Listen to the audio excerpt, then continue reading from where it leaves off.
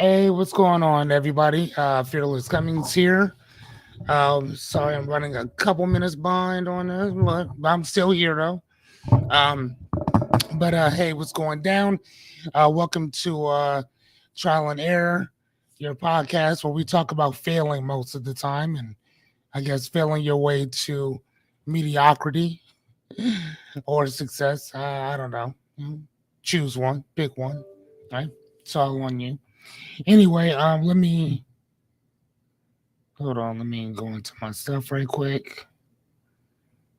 Hold on. Anyway, let me see that. Had to get started. So today we're going to be talking about, um, with everything going on, full transparency. It's kind of a shit show, but um, today's we're going to talk about how people still got rich even during really crappy times like this. Even during dictatorships, people still kind of pulled out all stops and made certain things happen. So without further ado, we're about to get started. Give me a second. Let me queue up our stuff, and I'll see you guys in a second. All right.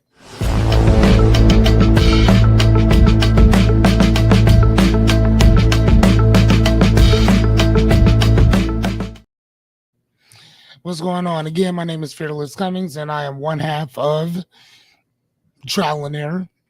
My guy Brian is, I don't know where he is. I'm sure he'll pop up here somewhere. He usually does. But again, like we always say, man, one monkey don't stop no show. So you keep going no matter what. Um, how are you guys doing? How about I start there and ask that question? How you guys doing? Finally, everybody's like, oh my God, I'm doing great. There's nobody here. I don't give a shit. I still show up anyway. Anyway, um, so today we're going to be talking about how people still got rich during the worst times in history. Yes, yeah, during the worst times in history, especially even during the Great Depression and wars and all that good stuff and pandemics. People were still making money. People still, you probably wouldn't be able to go to the mall, but you could bring the mall to you. Um, Uber, well, I would say Uber Eats, Grubhub, Instacart, all that stuff really shaped how we now live life.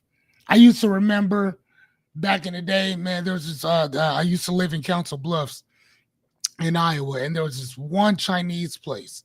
I used to love eating there, but they would never deliver.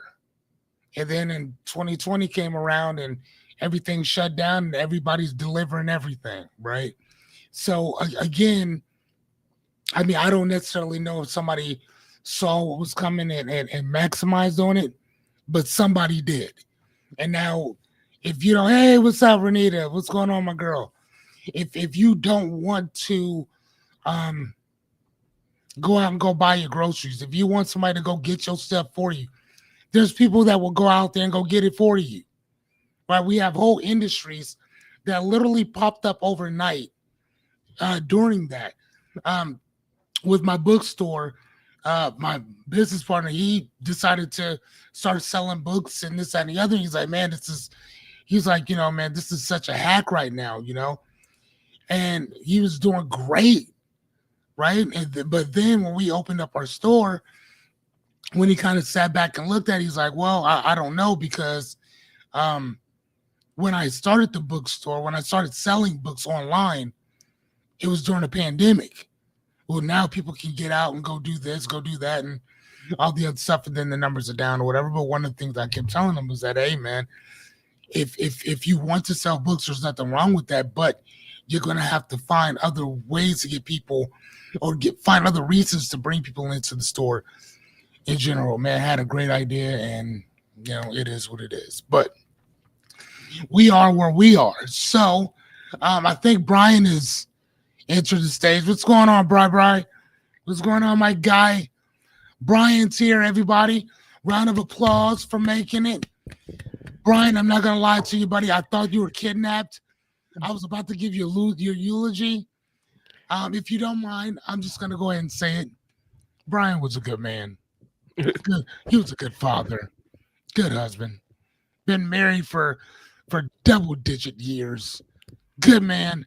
Hopefully, he left me in his will, So and then he can give me some money, so I could then spread it amongst Jessica and Jonathan, my little brother, and then we can all live happily ever after, and we will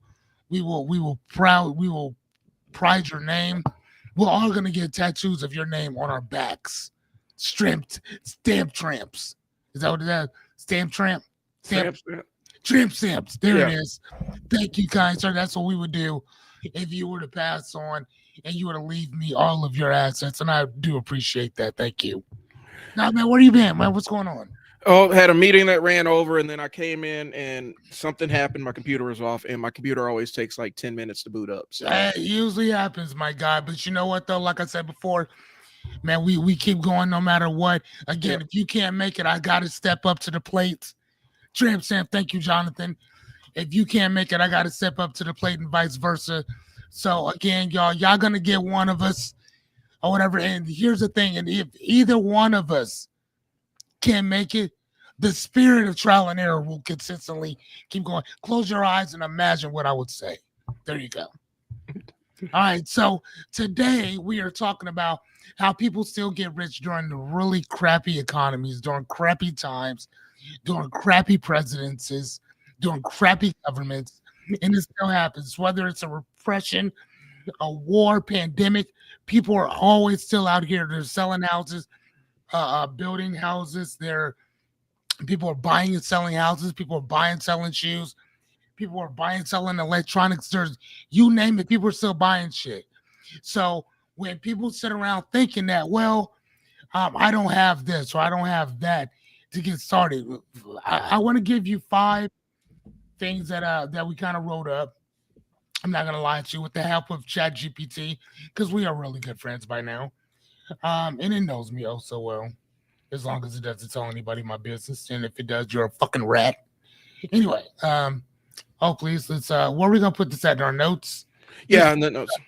All right, let's oh wow, dude. Should we clear out the other notes from where we at? Good God. Yeah, this was the show we were supposed to do this week, but oh dude. We'll set it for next week. Okay, all right. So this is what I'll do. I will copy this and I'll put it over here. Hold on. Damn, dude, you should have reminded me. No, that's on me because I didn't get in fast enough. Yeah, I know. See, it's on you. Again, we're Americans. We don't take accountability. We pass that shit on. All right, hold on 1 second, people. Give me 1 second. Give me a second. As you heard from Brian, it's his fault. So give me a second. Okay, Brian. Here we go, my guy. All right, boom. So if you guys want to check out our notes, it's kind of what we're on today. As Renita, my girl, and even Jonathan knows, Jonathan's my little brother. I don't know if you can see him. I don't know if he's is it on here? No, for some reason it's not connecting to StreamYard, but whatever. It happens. Hold on, let me see if I can. Does it still do?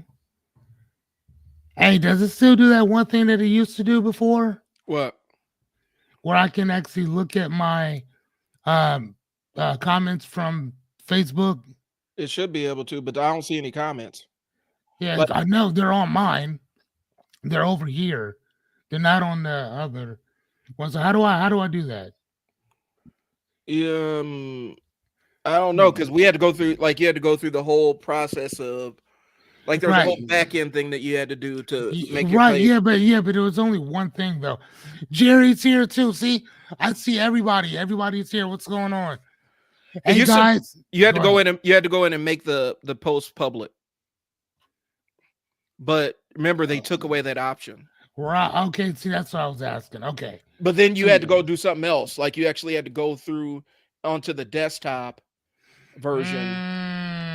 Okay. Yeah. And fix it on the back end. I'm not doing all that. It's all good. It's not that serious. Anyway, but I can see you guys. But okay. So yeah, let's go ahead and kind of jump into this thing or whatever. So, so there's 5 things that we need to focus on. Who was it? Joseph Kennedy built wealth by shifting into industries people had to use or whatever. So say basically what that means is that if you know that people are going to be using Grubhub, that people are going to be using napkins, toilet paper, stuff like that, whatever. If you know that people like a certain company, you can invest in certain companies that do that. That's one option. Right. Another thing too, though, is kind of piggyback ride off of the success of other people. Start throwing some money into what they have going on as well, especially if it's kind of like a new emerging technologies. So the question is what problems exist today that people cannot afford, no matter how bad things get? Excuse me, not afford, avoid. How like what problems exist today that people can avoid? Well, I mean, being able to feed yourself, being able to feed your family, stuff like that. That's it. You're gonna need tires, don't you? Yeah. You know what I'm saying? You're gonna need somebody to come clean your car. Well, and I wanted to go jump back a little bit to something you mentioned. Jump in there, jump. So, one of the things I forgot where I heard this. It was some billionaire who was talking on Facebook and kind of talking or YouTube talking about the different business models that he's been involved in and the knowledge that he's kind of amassed since, you know, his billionaire status or whatnot. And one of the things he mentioned is a lot of times people they make the mistake when they enter into business. They feel like they have to create something new instead of copying something that already exists. That's it, Jim. Because there's plenty.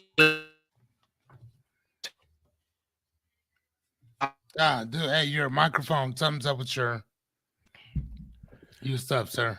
I'm having all kinds of issues over here. But he said basically it's a matter of you don't have to reinvent the wheel. Matter of fact, reinventing the wheel actually costs more money because you have to find new markets, you have to educate people, blah, blah, blah, blah, blah. Create something. You can duplicate a business that already exists because that one business isn't going to be serving the entire planet. And so just because one person has a tire shop doesn't mean that you can't open up a tire shop. There'll just be 2 tire shops on the block. Yeah, that part. Yeah, I mean, and then go ahead. And because you already do all the thinking. The tire shop exists because there's a specific problem that people are trying to solve, and all you're doing is providing a solution. Instead of trying to be new or different, you just duplicate something somebody else is doing. And that's even happening in the tech space. I've been in I've been into some of the early stage tech startup stuff as part of my other business, as part of my marketing business. And there is an obsession with like creating new every single time. And unfortunately, there's no such, I mean, there's very few actually really new ideas. You know, like there's very few things that are brand new that have never existed before. You know, even ChatGPT, the language model wasn't necessarily a new thing. It's just a chat bot. It's not a new idea. It's been around for decades. Yeah, actually, they were talking about this. Matter of fact, even before 2012, remember that whole fiasco that people thought that the end of the world and the Mayans calendar. Yep. They were talking about years before that. I think it was like in 96, 98, somewhere around there. They were talking about how these bots were online and they were searching out the end of the world type stuff, whatever. And that's what they came upon was the Mayan calendar 2012. There's going to be a huge influx of this, that, and the other, wars and all kind of other stuff or whatever. So they were talking about in the 90s that they were predicting what was about to happen because of these so-called bots. So these are bots that they were talking about? Well, I mean, just not even that, just like your basic, back early in the early, was it 2010s where people didn't know if they were talking to a real person or a fake person, or you go to somebody's webpage and it says, leave us a message. You type in the message and the system automatically responds to you. Even for Twitter is mostly bots. And those bots were not hard to program once you figured out how to run an algorithm. I had programmed a bot on Twitter, a response bot that wasn't a real person. It would just pick out what they thought the most appropriate phrase was to use in this specific instance and reply back to somebody. So this Mhm. stuff is not new. It's just now we have it at scale. So somebody took an idea that already exists and just scaled it up into something that everybody can use and put money behind it. And so I think people, when we're talking about how to make money, you can make money doing the thing that a bunch of other people do. So if Yep. you know how to change tires, you can make money changing tires. You know what I'm saying? If you know how to make money cooking, if you know how to sell food, you can always sell food. You don't Right. have to come up with a brand new delivery system and brand new food item or anything. You don't have to change the world. You just need to get in there because there's so much. Okay, this might be going into a little bit further along. There's so much money in this world. There's so much money floating around this world. Especially in America. Yeah, all you got Listen, to some of these segments, some of these industries that we're talking about. These are multi-$100 billion industries, right? All you need to do is capture 0.00001%, you know, of that industry, and you're going to be fabulously wealthy. So, you know, people are like, well, there's Chinese restaurants all over town. Okay, well, you can open a Chinese restaurant. You're going to get business. The mm, model's proven. People are going to come to it. What's not going to work maybe is your new concept restaurant, your fusion concept hybrid restaurant, where nobody really knows what's on the menu. The novelty is going to wear off after a while, you know. But if you open up a burger spot that serves decent burgers, you get known for that. There's burger places all over town, all over. you know. And here's the thing, 100% of them taste better than McDonald's and Burger King. Yeah, 100%. You can listen. You can make a cheeseburger on a fucking carburetor that will taste better than McDonald's or Burger King. Just saying. right. Matter of fact, you can burn. You can set a cross off on somebody's yard with a person on it. Cook it. Cook the food on them, and it would still be better than McDonald's or Burger King. Right. So you don't have to recreate anything. It's already And there.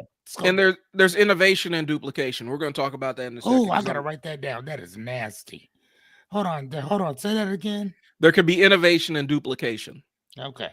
And I'll explain that. I'll explain that concept here because I'm looking at the next topic, which is assets. And so I'll explain what that means and use a business example for that one.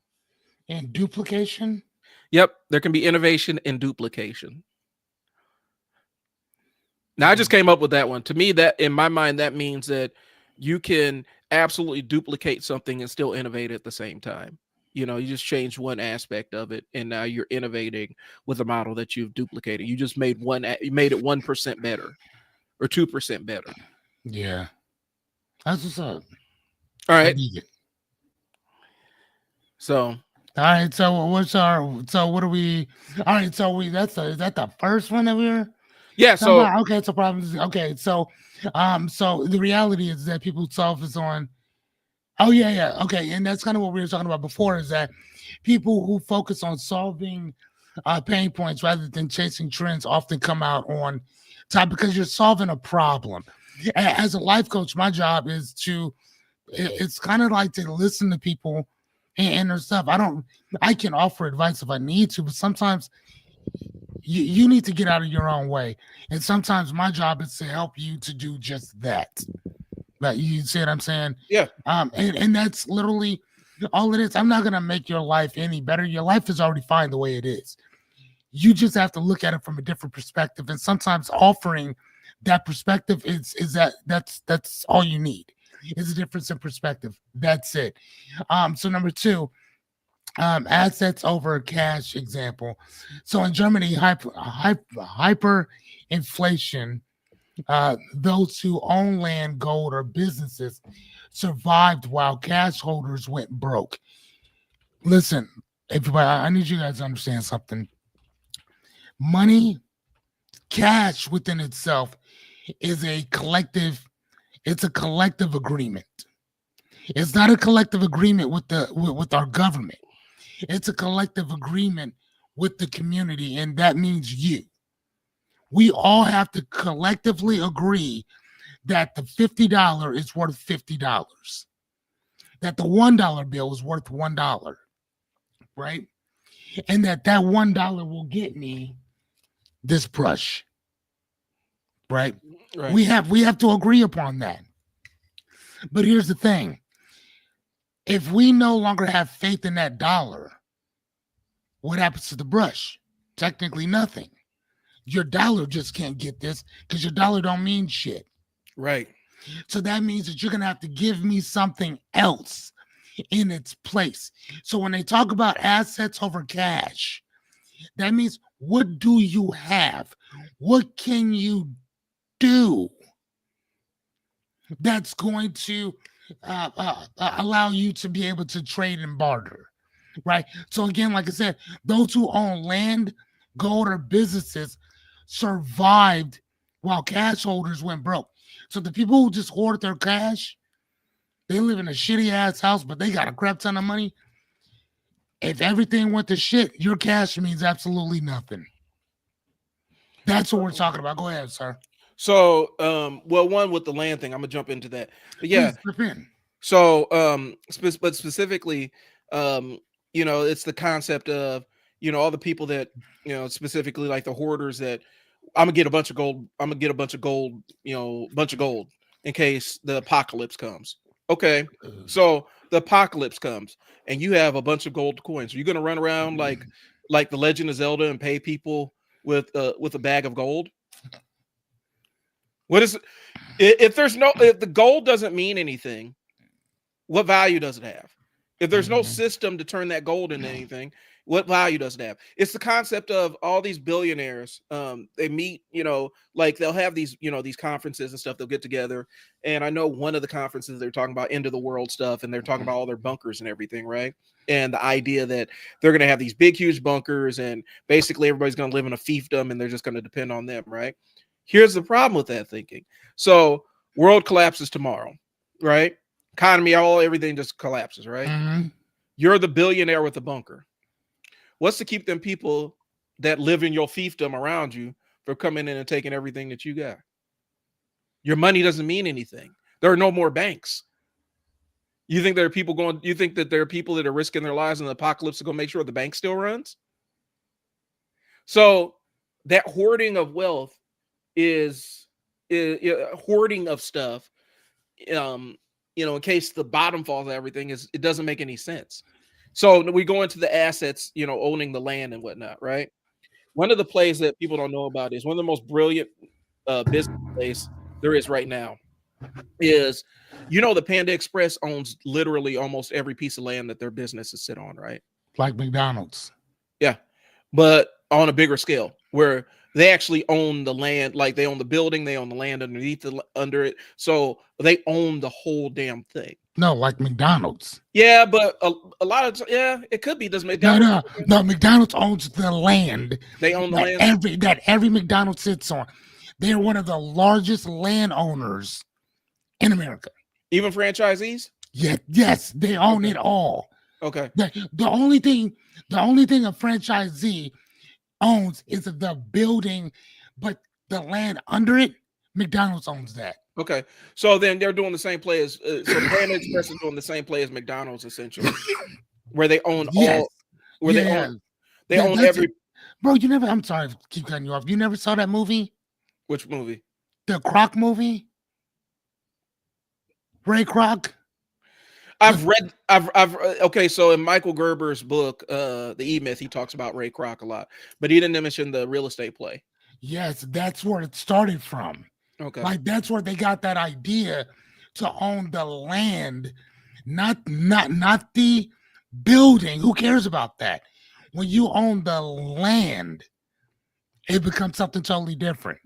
And so that's why Panda Express has that durability and sticking power. Because I eat a Panda Express, but nobody I know. I think they're gross. Yeah, nobody I know likes Panda Express. No, nobody does. I got my two things I like from there: my chicken teriyaki and orange chicken. That's about it. I mean, and don't forget your extra napkins. Yeah, and your extra bag when you're driving and you're throwing up somewhere. You need to have your bag with your napkins so you can wipe your mouth. Nah, the chicken drive. The chicken teriyaki was clutch when I was lifting weights heavily, because I could go get my protein and go get my carbs and okay, knock that down. You know what else helps with that? Squirrels. Yeah. You can get free squirrels out here on the streets. I don't care what anybody says. Their chicken teriyaki is fire. Squirrels. Chicken teriyaki is fire. And so, All right. but yeah, that was the play. They not only own the business where they're making money off the cash the business generates, but then they own the land too, so they can depreciate. They can always depreciate, their taxes against the land. They can depreciate against their taxes. So whatever the land depreciates, they can knock it off on their taxes, and it absolutely almost obliterates their tax bill every year. And okay, that's how they've been able to almost scale infinitely, because when they scout out a place, so whatever the land depreciates, they can knock it off on their tax. Whenever they scout out a place, they make sure that they can buy the land underneath it too and own that, and that ends up becoming the play. And basically, holding that land generates money from, because they could just take it off of their taxes. And so there are multiple ways to do it, but having assets that you can actually use and barter and trade makes more sense than having a bunch of cash, because the cash requires so many different systems to work. Yeah, there it is. The cash requires a lot of different systems to work. Having a bunch of money in your account is fantastic, as long as and there's nothing saying that the grid is going to fall or collapse tomorrow, right? Like that's it's more unlikely that it will. You know what I'm saying? It's completely unlikely. So there's nothing, you can have all the cash in the bank. All I'm saying is this: the idea is having all that stuff where it requires systems to make it work can absolutely, if something goes wrong, if you're a doomsday prepper, it doesn't make sense. But then, like I said, a lot of doomsday preppers, they get gold, get silver. You gonna pay somebody with a bag of silver? Just random. But not just that though. But I mean, again though, and again, I know this is going off on this other tangent or whatever, and we'll reel it back right quick. But I mean, even with your assets, land, all that stuff, whatever, dude. I mean, if there's no electricity. All right. There's none. You can't make no calls, right? There's no more satellites and dinging and this, that, and the other, whatever. You're just out there by yourself. What good is any of that cash going to do for you at that point? And matter of fact, who says you own this land? Right. At this point, I could say I own it. Right. And what can you do about it? Nothing. And that's what I'm saying. And if the computer's down, you can't even see where the property line begins and ends, because you don't have any access to the building where they have all that stuff. The building where the code enforcement lives, so you can't really go pull your file to see where what your property line is. Like I said, a lot of people. I mean, and like you said, it's that system. There's certain systems set up for certain things, but once that system no longer exists, and who says you own anything? Right. And I think we beta tested that when the pandemic rolled out, like one of our major competitors in one of my businesses almost, they went from being a multi-million-dollar a year business to being insolvent in a couple of weeks. Like they went from multi-million-dollar. You hear me out, Fearless. This bill, and I'm not going to say their name, but those that know. No, say their name. This is trial and error. Not saying their name. It can hurt. It can hurt. Gotcha. All right. Gotcha. Without getting too far into their business, but tell me who they are when we're done. Yes, I will. I'll tell you the whole story when we're done. But they went from being a multi-million-dollar a year business, multi-million, to being almost insolvent in a couple of weeks. Because of what? Because the pandemic shut down all their ability to do live events. Oh, okay. And a lot of businesses ran into that because their model was contingent upon something that the pandemic removed. And so it showed how quickly things can go sideways if your business requires certain elements that you just take for granted. You take for granted that people are always going to be able to come out to your spot and do X, Y, and Z. Yep, that part. And unfortunately, that's not always the case. And so that's the perfect example. All it takes, Germany's hyperinflation, You know, it took people to say, this money ain't, I don't think this money's worth it anymore. Goes away. And now if the entire public sentiment is the money's worthless, then the money's worthless. It all depends on what we feel. A lot of the stock market, the stock market going up and down is really driven by what people feel about it. It's not Right. built on, like, look at the stock market. Stock market's not built on anything necessarily scientific. It's how people feel about the business. Mm-hmm. The business is valued at what the business is valued at. It's what people think the business is worth. That's And it. so when the stock That- market goes up, That's all I'm saying. the stock market goes up, the stocks of this company go up, people think it's worth more. The stocks of the company go down, they think it's worth less. Mm-hmm. And so it's all based on our human emotions. Mm-hmm. It's not scientific. It's not based on anything other than that. You know, this business, they may generate more cash this year, but if people feel like the business is going downhill, then stock value is going to plummet. Okay. Just like old boy with GE, I always forget his name, but he's considered the father of the modern CEO. He found that if you do a bunch of stock buybacks at specific points during the year, you can inflate the public's perception of how the business is doing, inflate and increase the share price on a multitude of trillions of dollars. That's how GE became the biggest, largest corporation in the world on paper. On paper. But then people realized what the game he was playing, because everybody started doing the same thing, and realized, oh, this is all bullshit. They're not making more money. They haven't innovated anything in decades, because all the money that went into research and development now goes in stock buybacks. I mean, it'd be different if it was like what is that company, Northrop Grumman? Yeah. Yeah, Northrop. I mean, if it was like something like that, but again, some of the stuff that they create, they wouldn't be able to tell you what it was anyway. You probably wouldn't know what they created until like probably 10, 20, 30 years down the road based on what they work on today. So I would understand that aspect of it. But there was also something else that you said too, though, that we were talking about with houses, right? And proving whether or not you own something. That also happened during Katrina. Yeah. If that happened a lot during Katrina, when all those people lost their homes and all kind of other stuff, and all them insurance companies like, sure, show me that you own that. Show me that you could prove that you own that. And some people could not prove any of that. Right. They couldn't prove it. So it's like, well, what house? What things were destroyed? I don't see anything on paper. Right. We don't have any notes of that. Why you got somebody in the back shredding all that shit? You know what I'm saying? So again, I totally understand what you're coming from on that. And so our question for most of our listeners and for the people coming in or whatever, do you own something that holds value even when the dollar itself does not? Right?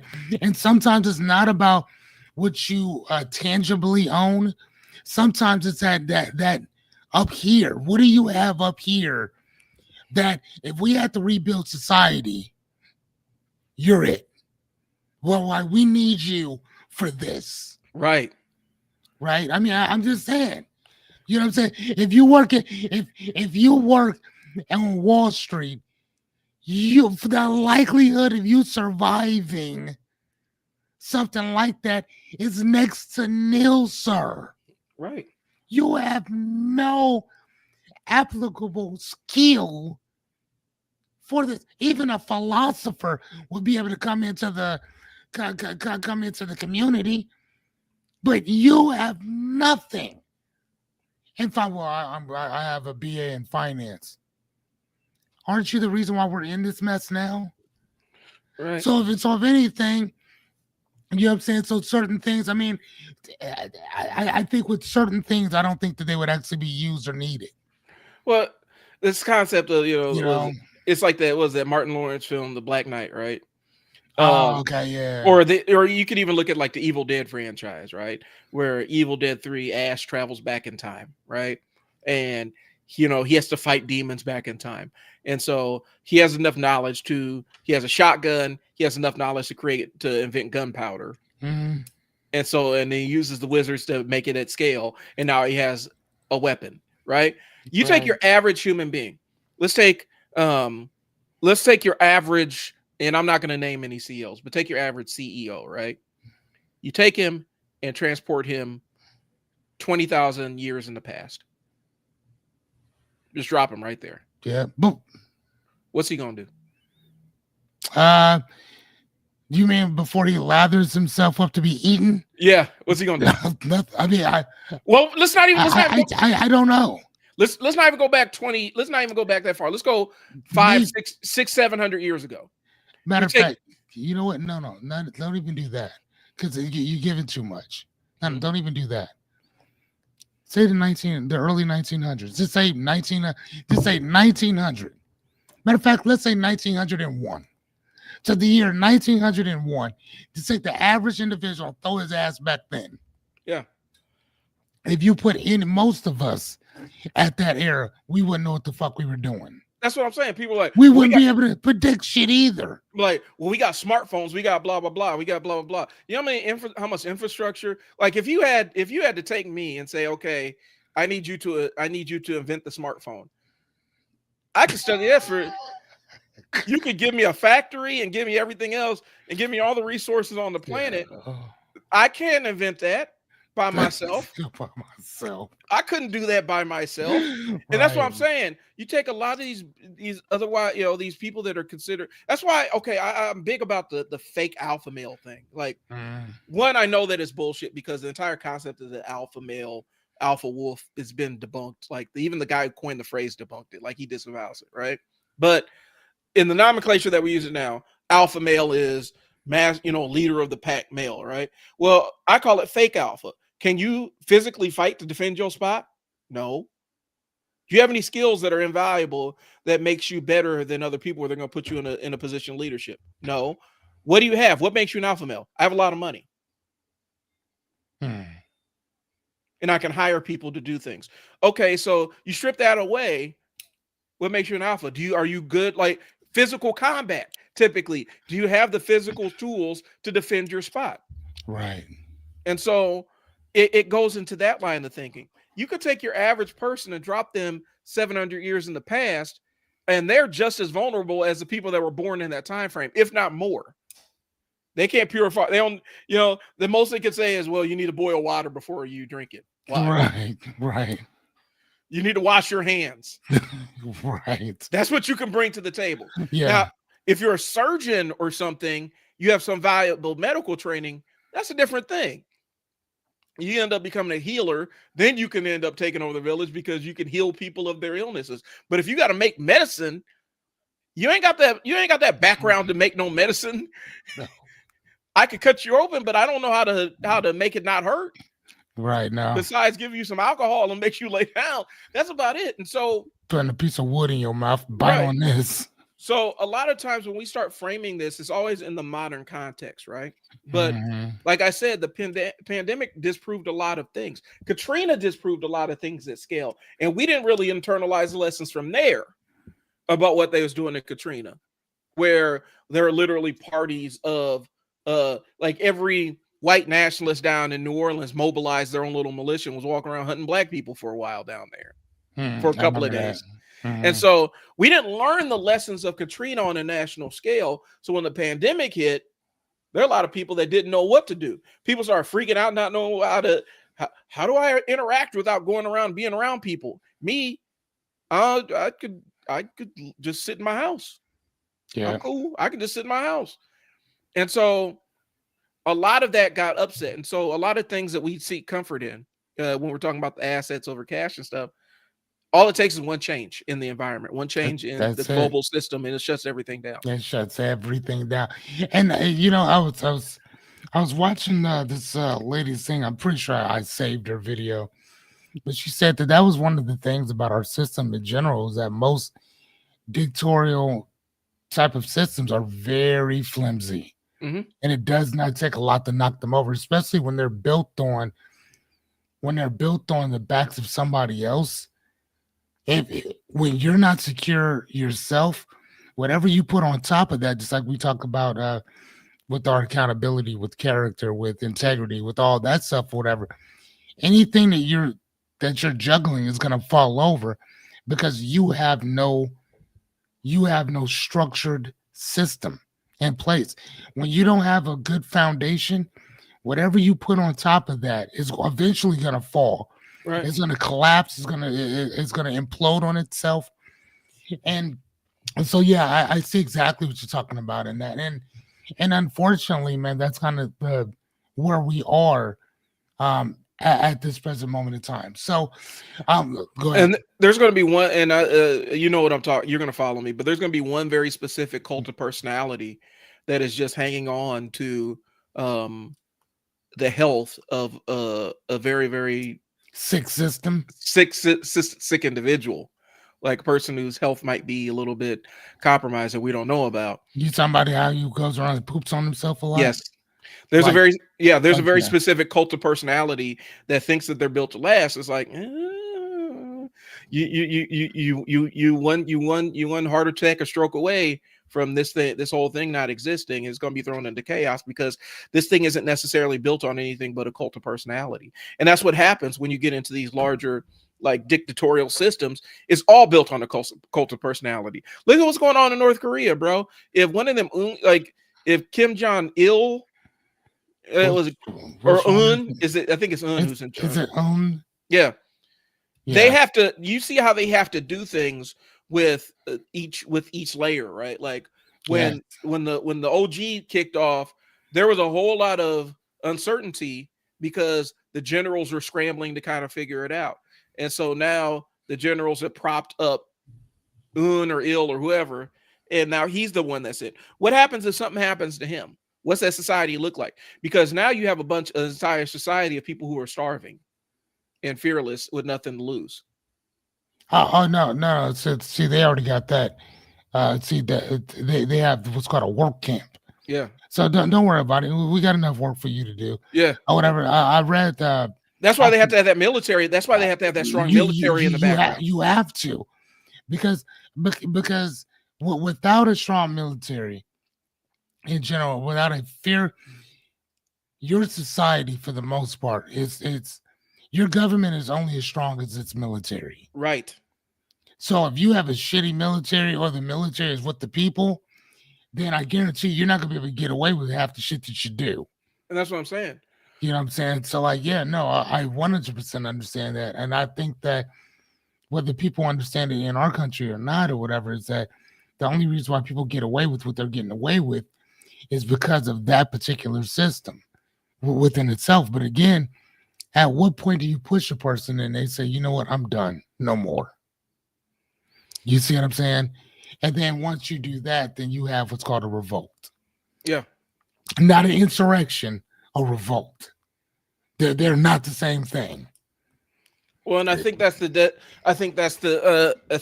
is the issue. Is that's the terminus, that's the destination, that's the end point of any big cult of personality led political movement, right? Like if they get into power, they gotta have that backbone. You have to. Otherwise, you have to have that the military might to enforce it. Otherwise, it's not going to survive. And that's what's nerve-wracking about having this cult of personality type leadership, because that's the next step. Is like, eventually you have to have the military to be able to enforce it. And that's kind of the direction everything's and sad when you have a military that won't think for themselves, and I mean technically that are not even supposed to be doing half the shit that they're doing now, even under this particular directive. They're not supposed to. But again, if you the one thing I'll say, and I mean we'll get off and kind of go off to the rest of what we're talking about, is that you can tell, and I will talk about this till I am blue in the face, and I don't even like blue. I like red. But I'll say this: you could tell, you could tell who reads in this country and who does not. Right. Yeah, and you can take that however you need to, but you could tell who reads in our country and who does not. Yeah, and I'm gonna leave it right there. I know when I read this book, Kamala Harris's book, again, I think I talked about this before on I think it's page 50 52 because I've talked about it so frequent. When she says that during the American Federation of Teachers, um, our union had been the first to endorse me in an announcement on July 22nd. She said Mhm. in the third paragraph down, it says, in the meat of her speech, I hit our key point differences with Republicans. We want to ban assault weapons, and they want to ban books. I'm going to say that again because it's so important. Mhm. We want to ban assault weapons, and they want to ban books. Yeah. I mean, like, dude, you can say whatever you need to, but those two sentences wrap up everything. And again, I mean, when you take away people's ability and their inspiration to want to read, to want to learn, to say, wait a minute, oh, where can I find this at? Where did you see that at? Right. Right? I have a book up here. Maybe it's in the other room. Um, it's weird that it would be in there though. I think it is. It's a book called Because the Bible Said So. And the book is based on all of these different puns that people say that the Bible says, and well, this is what it means. And then you have this theologian's like, nah, that's not what it said. That's not what that meant. And you're taking something, you're using a modern day lens to a historical something that happened 2-3 thousand years ago, and you're acting like that's relevant today. Those two words aren't even the same thing. They were Right. talking about even the word religion, which basically means to bind together, right? Mhm. If you look at it from the etymological standpoint, right? To bind something together, to repeat and to bind it together. And so the same guy who wrote the book, because the Bible said so, came out and he was talking about that, and he said first and foremost, the word religion never enters the Bible, not in the Old Testament or the New. That's number one. Mhm. Number two, that word had absolutely no ties to anything biblical in general. Like it didn't. That would be like saying that the word uh, uh, Offenheimer means can opener. Right. That's what it means today, but that's not what it meant back then. Right. So to sit there and say, well, yeah, this is what they meant. No, you don't get to do that. You don't get to put the cart before the horse. Right. Like it doesn't work that way. So in a lot of cases, that's kind of what we do is we sit and we say that, well, this is this because this is what this says. First and foremost, what the fuck are you talking about? Like some of these stories pre-existed the Bible, and they didn't come from those particular places. So, and again, there was another story that, um, depending on where you say that certain people are born, will also describe their geographical area, right? For the Right. most part. So, if you say that Jesus was born in Bethlehem in a manger, okay, cool. He was born in December, blah blah blah, which we know that not to be true. Number one. Number two, the Ethiopians said their story, I guess, if you will, prestates and says that, well, Jesus was born in a cave in Ethiopia. Now, some people would say, nah, that's not right because the history shows blah blah blah. But I could show you history of where it does say this, and this is where that comes from. You see what I'm saying? Yeah. So if I say that he was born in a cave in Ethiopia, then that also would change. That would also kind of reveal, if you will, why it is that he and his family decided to run to Egypt to hide. Right. Because you're gonna hide amongst people who look like you. Are you trying to tell me that a little blonde hair, blue eyed kid with both his parents gonna hide in Africa and don't nobody know? Exactly. That is in fucking. I'm gonna leave it there. You can take that however you need to, but again, when you like reading, when you love to just go, Let me look that up a little bit. And you're not just talking about one or two books. You're talking about a plethora of books. I have behind, like right above me, and again, I've showed people who, my people, some of them on here. I have religion up on top. I have philosophy down here, uh, race and all that, race history, um, government type stuff is on the other one, general practitioner type stuff's on the other one. So I have all of these different books, and again, they all come from different walks of life. So I try my best not to use confirmational biases for certain things or whatever. You are a journalist major, Mm-hmm. like you have a degree in journalism. So for myself, I mean, is that what you would do? You would have multiple sets of books that talk about one thing, and your objective is to understand every argument and why they're talking about this. Why do they believe this one thing, as opposed to these individuals over here? And then you come to, it's not an opinion, but you come to what the facts are, and the Right. facts is right here. That this is not my opinion. This is what this says. Yeah, you get your source and then you try to see if there's other sources that can confirm or validate that source. You're dealing with people a lot of times is finding another person who can confirm what this person said and corroborate what they said. And so a lot of times you got to find multiple corroborating things. And a lot of times that can't come from one specific source or one specific framework or even one family of sources. You have to go outside and find another source that basically confirms the same thing. Right. So it's called tainted waters. Yeah. You Otherwise, cannot think the same shit. Yeah. so I yeah. mean, yeah, I'm sorry. I kind of went off on my own little tangent, but again, I mean, like I said before, that really irks my nerves. When you cannot find certain things. I'm before we touch on this next thing. Jim Rohn. Do you know who Jim Rohn was? Yeah. Okay. Some people may not, but if you've heard of Tony Robbins, you know who Jim Rohn is. Jim Rohn is what's called a business philosopher, right?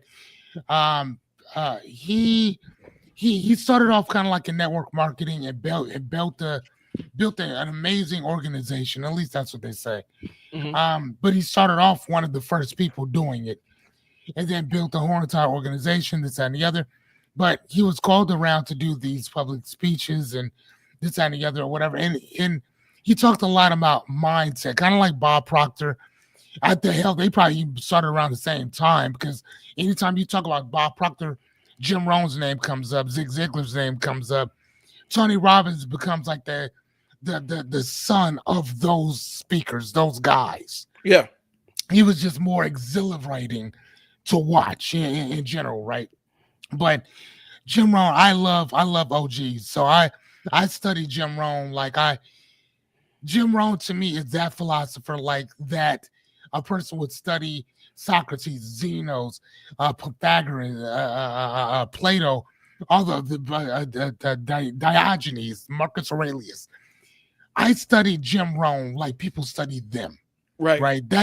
He is my guy when I look into that. When I first heard about this guy, he said every man, woman, and child should have their own personal library. He said you need to read about the heights that men can go, and you also need to learn about the depths that man will sink. Right. And you need to have everything in between it. At first off, here's the thing, and for people who don't like reading, great. Grab yourself a quote book. Just go grab some quote books or whatever, and just start reading some quotes. If you like them, check them off. Like, that's what I do, right? Some people call it sacrilegious to write in their books. I don't. I love to write in my books. Mm-hmm. But check them off. Highlight them. Write some stuff. Make a post about it, right? But that's where I started off. And then I started reading smaller books and then bigger ones and this, that, and the other. But it started off with that man planting that idea in my head to over 20 some years ago, that every man, woman, and child should have their own library. And I took that shit literally. So again, man, read as much as you possibly can. And if you hear something that doesn't seem right, go look it up. Go like source that shit, not from the person that said it, but go into ChatGPT, go into Google. You can any scientific data based whatever when people talk about what is that scientific what not science because it's not even scientific Um, any any evidence based. any evidence based anything that a person comes out and they say well yeah well this is true perfect where'd you find that at who said that and 9 times out of 10 I guarantee you it's not going to be what they just said it was Right. 9 times out of 10 it probably won't. It won't. I'm gonna touch one more thing, and I mean, this is Okay. like to go. They had Charleston White, and they were asking him. You know who Charleston is. I think. Yeah, I know. I think everybody black know Charleston. Yeah. They was asking Charleston. They said Charleston.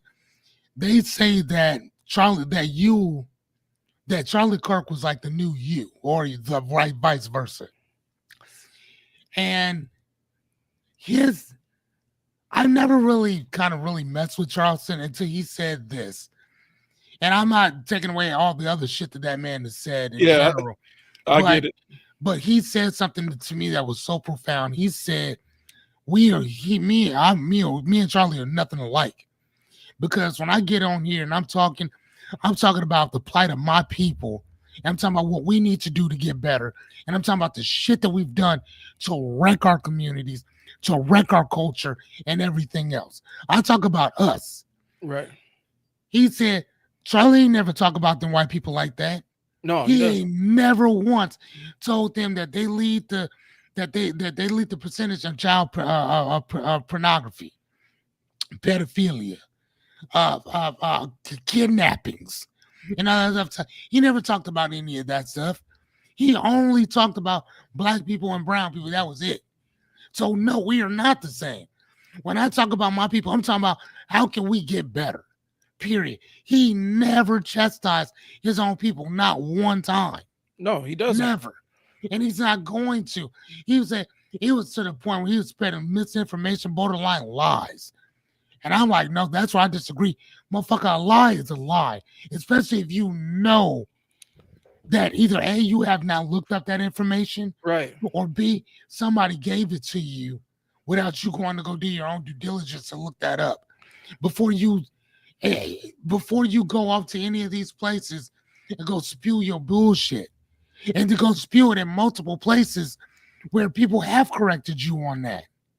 Well, like, and you're like, what are you talking about? At that point, you're seeking to enforce an agenda. Like if you're telling something, that part, you know, and I go back to it because I did an entire 40-minute video about syntax, context, pretext, and subtext, like and how they're used. I mean, Noam Chomsky type shit. Yeah. So I get it. I did an entire video about that. And what happens is there are a lot of people that are just context only people.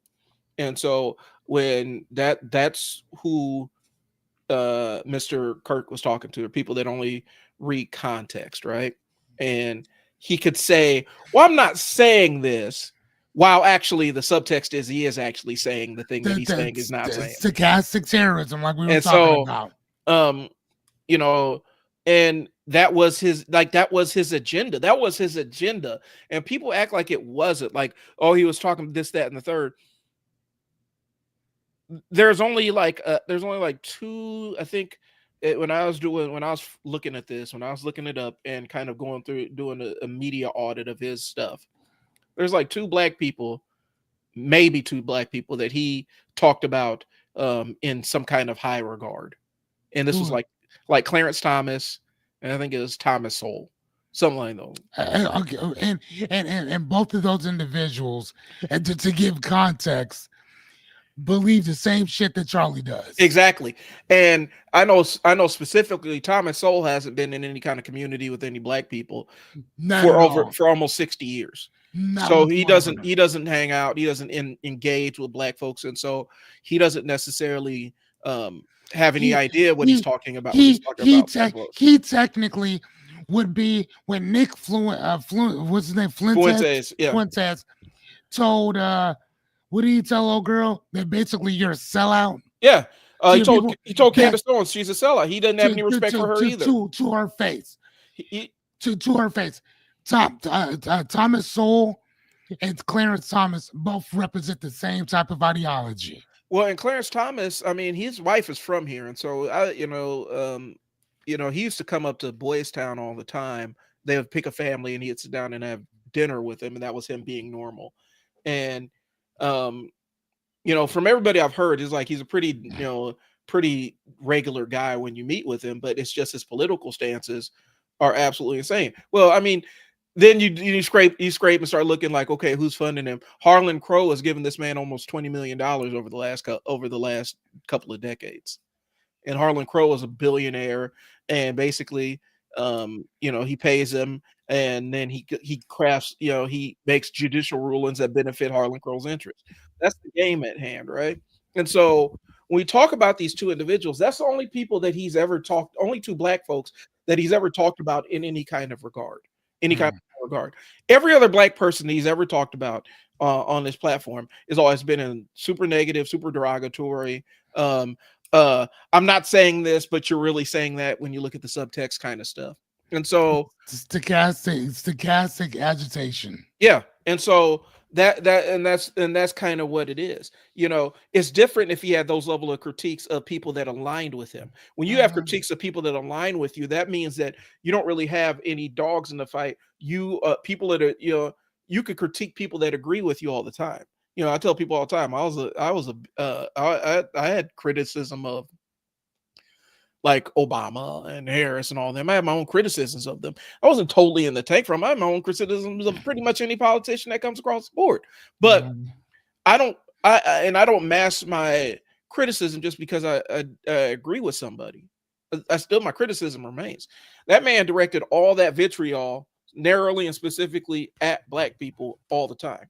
And so I guess for me, I see where, and I'm not, if you talk to me, I do not like Charleston White. I don't mess with that dude at all, any way, shape, or form, ever. Yeah, usually I don't either. But 9 times out of 10, I usually don't either. But it's like, a broken clock is right twice a day. And so that's kind of how I view it. But I think that's one of those things. How do we get on this one? I don't know, but either way, man, we can keep going. So adaptation. Sorry, guys, my brain. I don't read so good. Adaptation and reinvention. Again, businesses like IBM shifted hardware from services and kept thriving through global turndowns. So they shifted from hardware of selling, these things here to a service more of industry, helping people to how do I use this thing after I buy it? Right. And that's what's really kept them ahead of the curve with a lot of other people as well. If you think about, let's go to Mac, let's go to Apple, for instance. The thing that the reason why it's so hard to quit, and I'm saying this in my Brokeback Mountain example, I can't quit you, is that it's so easy. It's simple to use. I have Android and I have an Apple. I use my Apple for almost everything, right? But I know for a fact that my Android can do a lot more than my Apple can do. On its worst day, my Android can do more than the Apple does. On its best. So why are we doing it? Because it's simple. It's easy. Well, it's a pain. It's a nightmare migrating away from Apple. It's a nightmare, right? So how do they do that? They seamlessly connect all their stuff so that my phone, my watch is with my phone. My phone is my phone is also connected to my computer, and vice versa. And my TV. Right. The Apple has its own ecosystem. What's the other? Android does not. I think if they had something like that, it'd be a lot easier, but they don't. Well, Apple Music, Apple TV, Apple this, Apple that, everything that has an Apple sign on it, it's connected to all the other ones. well, technically, so Google is Android's ecosystem, but they make Google easy to get in and out of. You Yes. can migrate away from Google really easily. You Yeah. can't migrate from Apple really that easily. No, you cannot. And that's why No, they you did it cannot. that way. It's a walled garden. It's a walled garden. So once you get in, that's why when people talk about why don't you get a Mac, why don't you get a Mac? Like I don't want to have to migrate all my video work and stuff to a Mac, and then I just got to migrate away. Like I like to be able to kind of hot swap computers, and Okay. I like to be able to just say, okay, like right now, my desktop isn't doing what I need to do, so I need to wipe it and reconfigure some of the drives and kind of start over, right? Okay. I can't necessarily do that 100% without without going through a whole bunch of rigmarole with Apple stuff. And so for Really? me, well, and it's not as easy. And then I don't want to have the onboarding, and then I decide I want to make a change or something in the ecosystem isn't working, or there's a piece of software that I want to use that's only available on Windows. I don't want to go through all that. And so I just rather keep Windows as I'm going. I'm a nerd. I like to tinker with my phones. Like I had a phone that was kind of my experimental phone. I designed apps on it. I ran custom ROMs on it, custom operating systems on it. It was an Android. You can do all that stuff with the Android. Right. You can't do that with the Apple. And so it just wasn't my lane. But that's why they make it that way. They make it so that it's really easy to access everything seamlessly. The only thing that's not seamless is leaving. if you leave, you're going to run into a bunch of seams. Right. It's like, where are you going? Yeah. No, come here. Let me talk to you. But that's why was it Larry Ellison? Is it Larry Ellison? I think it's Larry Ellison, who's like the second richest man on the planet. Page or Ellison? Larry, it might be Page. Let me check. You talking about Google dude, right? Larry Page. Yes, Larry. No, Larry. wait. Larry, who runs let's say Larry Ellison. Larry Page is a Google dude though, right? Nope, I'm talking about Larry Ellison. Larry Ellison is the head of Oracle. Oh shit. Okay. That's the tech company. Yes. Gotcha. Oracle does a lot of database stuff. Yeah. They are notoriously hard to leave. Really? Where corporations have $20 million, it'll cost them $20-30 million just to migrate to a new system. So you're just stuck with the Oracle system. Oh way. And you got to eat the cost every time. They'll raise the price arbitrarily and stuff. And they make it impossible. It's so sticky. Like if you're running a major corporation, especially that's one that's data centric, your databases are everything. You're not going to migrate You're not going to migrate away from your database providers. That's why he's the second richest man on the planet. Nobody knows what he does. If I asked you to explain what Oracle does, I just did. I just said tech company. That's all I know. Right. I know that they were doing shit with like computers and stuff like that, like certain like apps and stuff. I remember them from computer stuff. I don't remember them from anything else. Right. Larry Ellison, he owns Oracle. His son is the head of Paramount Pictures. Oh wow. Yeah. So but his entire thing is, and I'm going through his stuff now. He's been married 6 times. God damn. And he has he has kids and whatnot. But yeah. Why would you even get married? I mean, if you gonna do all that, you might as well just stop. Go ahead though. He got 2 kids, and like I said, he owns CEO of Skydance Media, and he produced Top Gun Maverick. I know exactly who that is. That's the movie. That's the yeah. And he's also, his son is the CEO and chairman of Paramount Skydance Corporation. So I'm saying all that to say this: he is the second richest man on the planet. Most people couldn't tell you what our Oracle does on a daily basis, but they're also one of the most important things in the realm of business and tech.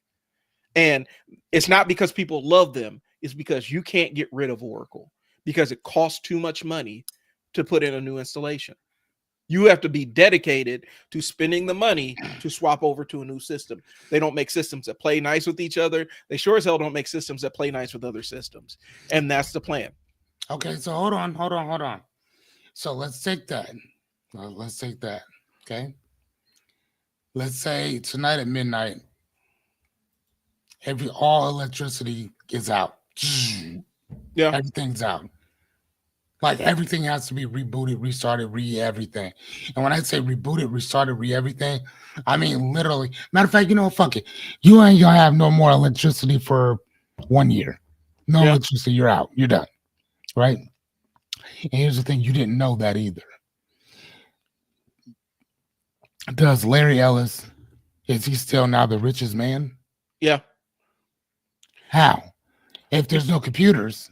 Because the money doesn't go anywhere. And these corporations are still tied into the contract, so they still technically have to pay him. Now the money, I mean, but how do you pay him? There's that's no what I'm saying. electricity. Yeah. So there's no computers. There's no nothing. But who will surpass him? Because if there's no money flowing, then no money's flowing for anybody. That's my point. But if there's no money flowing, then there's nobody that could surpass him either. What do you mean? He's going to stay where he's at in terms of wealth, in bank, wealth on paper, even though there's no bank or paper, right?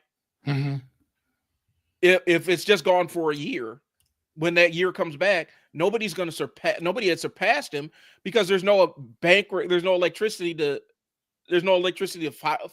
forward money, send money to people. Mm-hmm. There's no electricity to document who has money coming in, who has money going out. Right. And so he's just going to stay stagnant until everything boots back up. And then when everything boots back up, they're going to be buying more Oracle systems because people want to back up their information to databases. They're going to have to access the databases anyway to reboot everything. But again, though, I know what you're saying. But I don't think that they would. Like in general, because you got to remember, bro. Like, I remember when I used to smoke, I used to pray that the government would just fucking put tobacco companies out of business. Yeah. Well, I was smoking, like, because I wanted to quit so bad.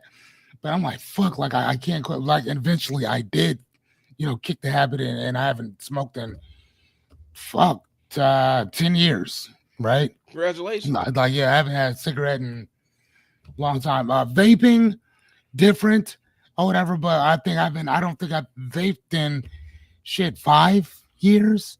We've been here for about 5 years now, so yeah. I haven't vaped in about 5 years or whatever. So I haven't done anything in that long, right? Right. My point is that I don't even miss it. I don't think about it. So what are those things that, again, that we're using today that eventually you don't really? Yeah, I kept my vape, my mod for like a year or two. Never even used it. Hell, I recently, I think within the last year or and a half, gave it to somebody else because I knew I wasn't going to ever use it again. Okay. But before that, I'd had it for a couple years, just sitting in my shit. You see what I'm saying? I see what you're saying. Like there's no. So my point is that for all the stuff that we think that we need, we don't really need it. Yeah. Well, the only point I'm making is, but okay, so electricity, because what I'm saying, I'm going based on the fact you said it's a year, right? And then after a year, everything's up and running again, right? Well, I mean, the power's back on, but nothing's okay. Then that's different. Wiped. That's okay. That's different. Everything's wiped. That's different. That's a different. Okay, so that's a different beast. We're assuming that so he may not even survive the year, right? God damn. I mean, right? He may not. But I'm just saying, like, if most of their wealth is wrapped up in computer stuff, in ones and twos, and X's and O's, right? If you take that away, how do I know what your worth is? You have no more wealth. That shit's out. You see what I'm saying? So again, gold, copper, silver, land, those things become the new blah blah. Okay. That's my point. Is that again, and that's what happens when you read a lot, is that you read shit like this, that happens, and you never really think about, like, and I've told you before, and this is not on some like incel type shit. I'm just saying, like those Instagram models, bro, it's over. You know what I'm saying? I'm just saying, like, in general, like, and again, Lord knows I'm not hating by no means, but I'm just saying, if that's the only thing that you have for your claim to fame, is how you look. 1 second, what is it? 1 second after. The book by William, whatever that dude's last name is. He has like a whole thing. I read 3 of them. I think he has like 4 or 5 now. Mm-hmm. But he talks about this EMP going off over Kansas City, and it blocks out all of America. Right. Like, I mean, blacks it out. Nothing's working anymore. No, everything. There's no power at all. You're done. Bye. Right. Right. And it was talking about people who the most what among us the most vulnerable among us are gone. Like the first 24 hours to a month, our elderly population is out of here. Type 1 diabetes, heart problems, this and the other, you out of here. How do you make that stuff? You don't. Right. So whatever you have, that's all you got. You see what I'm saying? And I mean, unless it's life or death, and even then, people are gonna hoard it. They don't give a fuck whether you're gonna die or not. Right. So that's kind of my point is, if there's no more electricity, if everything gets wiped, and we all start off at the same place, I get it. What do? Like you have no more wealth. Your wealth is gone, champ. You have no more so-called power. It's done. And that's what anything that takes a computer chip, you're out of here. Right, and that's what I was talking about earlier. Where I said, it's a matter of that fake alpha male stuff. Like he's an alpha male because he has money, right? That's it. Elon alpha male because he has money. Alpha male because you got money, bro. Right. But because you got money, look at Bud, for instance. I mean, a person could consider Bud an alpha male, but he don't walk around like that. By no means. As a matter of fact, if you met the dude and y'all just sitting there talking, you wouldn't even know that this is a world champion. Right here, just by sitting and talking to him, chopping it up, and like y'all talking about this and that, you would have no idea unless he or somebody around you told you who and what he is, because he doesn't exude that type of behavior at all. Like being around him.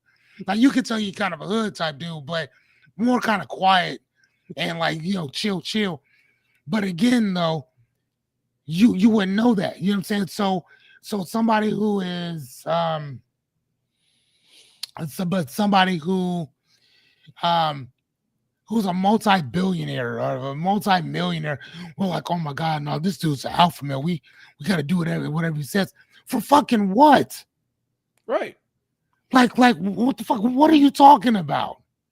And then even, I don't know if you saw what happened on Saturday, but even Bud, the all great, amazing Bud. I'm so fucking proud of that dude. It's fucking crazy. I love what he's done. I love what he did for Nebraska, period. Omaha. Mm-hmm. What? But even he himself got humbled on fucking Saturday or Sunday morning. Yeah. You see what I'm saying? At gunpoint, like, get out the car, champ. Like, what? It was very intentional. Like that was a very off top. So, but before you say something, I'm gonna ask you one question. What's up? Do you remember Jay-Z, that 444 album? Yeah. That everybody hated? You remember the story of OJ? Yeah. Yeah, it's that was the first thing that came to my mind. Rich dude, poor dude, house dude, still. You know what I'm saying? Like, no matter what. Right. You know what I'm saying? You can drive in a Benz. I drive a Tesla. That motherfucker, the fuck does that mean? That don't mean shit. Well, what, OJ? I'm not black, I'm OJ. What do you say? Yes, sir. Okay. Yeah. Okay. All right. You know what I'm saying? And but I mean, I'm not saying that he was like that because he's not by no means. But I'm just saying it was very intentional. It was very intentional to try to, because I mentioned this in passing to a friend of mine. One of the things that's crazy about Omaha specifically, I'm just talking about narrowly Omaha. People might get mad or whatnot. So the thing about it is, for black celebrities specifically from Omaha, right? Gabrielle Union's up here all the time, right? You know what I'm saying?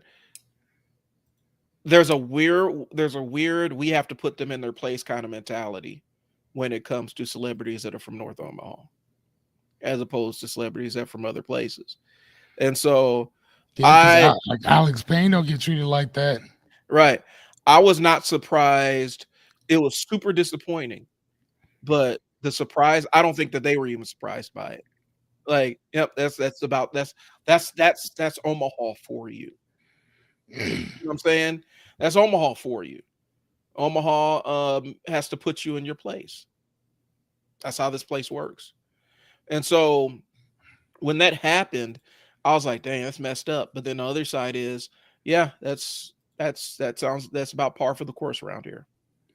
They got to put you. Yeah, They have to put you in your place. You can't move any specific way. They got to let you know exactly where you stand in the pecking order around here. I know they did it like it's not new, and it shouldn't be people are getting offended, but I mean it's the truth. You know, mm, that's why I know a lot of folks that moved out of here that are doing well. They ain't coming back. They might mm, consider Omaha Day, but that's about it. They ain't coming back here for yeah, anything mm, because they're like, I'm not about to let this place put me in my place. It was yeah, disappointing. That whole thing was disappointing. It was yeah. That part. the city should be embarrassed about what happened. They're not, but you know how No, it goes. no, no, by no means, whatever. But they also said that well, we're going to investigate this. Like, dude, why just that? What are you Why not? investigating, bro? Why, why? Well, I'm just saying, if you plan to investigate that, cool. But why not investigate all the other shit that happens as well? I mean, Bud ain't the only person who gets pulled over and guns pulled all out on him. Like, Right. like he's not the only one who where that happens. You know what I'm saying? So if you investigate one, investigate them all. Like, and don't treat that man just because he's world champion and got the key to the city, had a whole fucking parade. Like, I'm gonna tell you like this. It's the same shit that I saw happen with Nipsey Hussle, where the police hated that dude. And I guarantee you, when they found that when he got killed, I know LAPD was so happy. Yeah. They were so happy that man was gone. It sent a message. Yeah, I mean, no, and it really did that, and and he said it in one of his songs early on. He said that I know that the police hope my homeboys kill me, and that's exactly what happened years later. And this is what it is or whatever. I ain't gonna lie to you, man. If I was Bud, I would leave. I wouldn't stay around. I've said that before. I wouldn't stick around the city. Like I would not stay here, man. You gotta go, bro. Go Well, somewhere else. Omaha's not really built for a black celebrity specifically, but most No, celebrities anyway. But specifically a black celebrity, man, like you got to get out of here because this city. The thing about that's world world known as world. known. The thing about That's world known. the thing that sucks about this town is, and people don't know. I mean, we could run it down. Omaha is incredibly it's segregated. It's Like segregated. It's it's one of very the most segregated. it's one of the most segregated. It's one of the most segregated cities of its size in the country, and also it has one of the was it they're somewhere in the top in terms of uh black poverty. Like it's like some obscene number, and a lot of it had to do with some very recent things happen. When I say recent, I'm talking about 70s and stuff. Like a huge chunk of Omaha's black wealth was absolutely eradicated with the North Freeway. Like they dropped it on a bunch of property that black folks owned, and it just paid them in dust, right? And so they didn't have anything to pass down. They didn't have any inheritance to pass down because their inheritance is buried under the North Freeway. Um, Mm. and so it And y'all, it stops abruptly. right. And there's the reason why it stops abruptly. You told me. I think you told me Yeah. that. The Yeah. reason why it terminates abruptly at where it does is because that was the dividing line between the black part of the city and the white part of the city in North Omaha. And so it's when and people the 70s wasn't recent. Well, in terms of the grand scheme of things with the city and how wealth is passed down, we're maybe one or two generations removed from it. And so that would have been Like the people that lived in the place where the North Freeway used to be was my family. These are my mom's cousins and aunts and uncles and stuff. And so if you own property there and you had kids and they bulldozed and dropped the freeway on you and then they didn't give you any money, and now you are the new population of renters, right? Now you're in the now you're in the new population of renters where you could have had a house that you held on to for a number of years that you passed on through the family. That don't exist no more. And the fastest way for people to pass down wealth in this country, the most proven way to do it, has always been passing down property. So Omaha is very unique in that aspect. So, I wouldn't necessarily be the one that tries to break the trend here. You see what I'm saying? I wouldn't be the one that tries to break the mold here. I'd be getting out of here as quickly as possible. You can still have love for the city. You can still come back and be around here all the time, but I wouldn't put my base here. I wouldn't operate out of this place. Just because that level, okay, so when you reach a certain level of money and notoriety, now your world looks different. And your community you're in a small community where everybody knows each other. Most people are maybe 2 or 3 steps removed. If you're in North Omaha, you're maybe like 1 or 2 steps removed, from Bud and all them. It's too intensely familiar. Hell, I would have. Even if you don't want to go too far, go to Iowa, yeah, or go somewhere out where.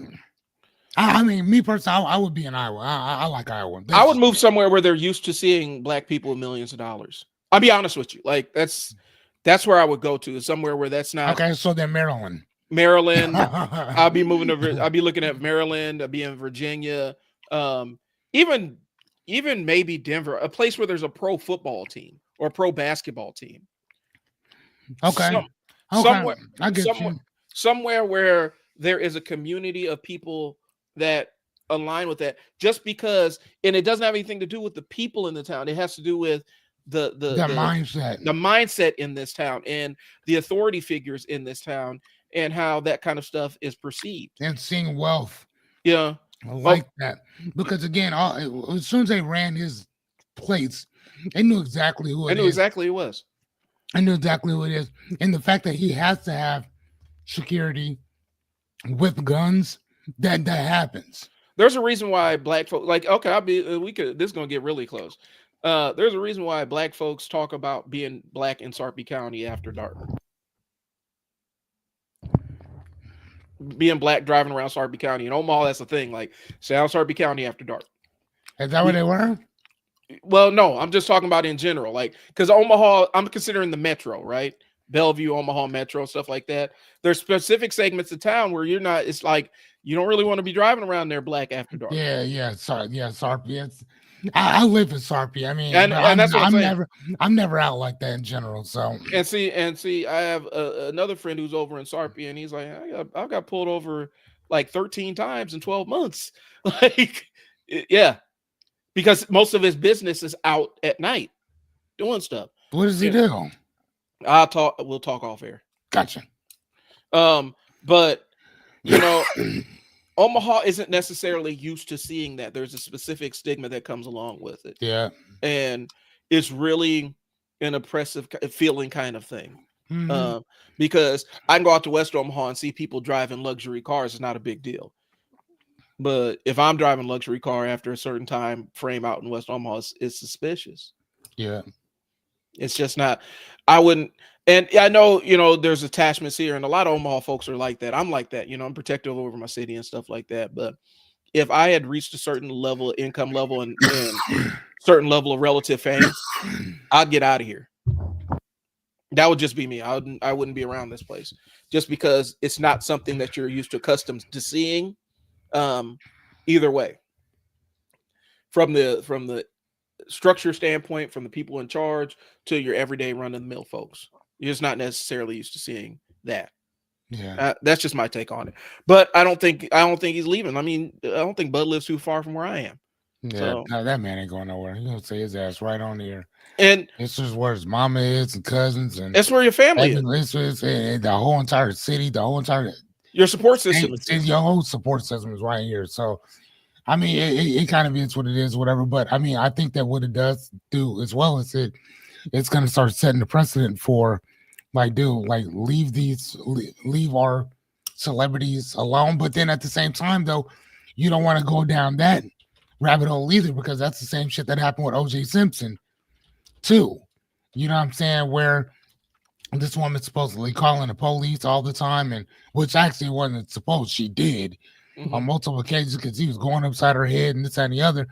And it was getting to the point where they would respond, but nothing would really happen. And then next thing you know, this woman and her boy get their head cut off and shit. And then everybody starts looking at them tapes.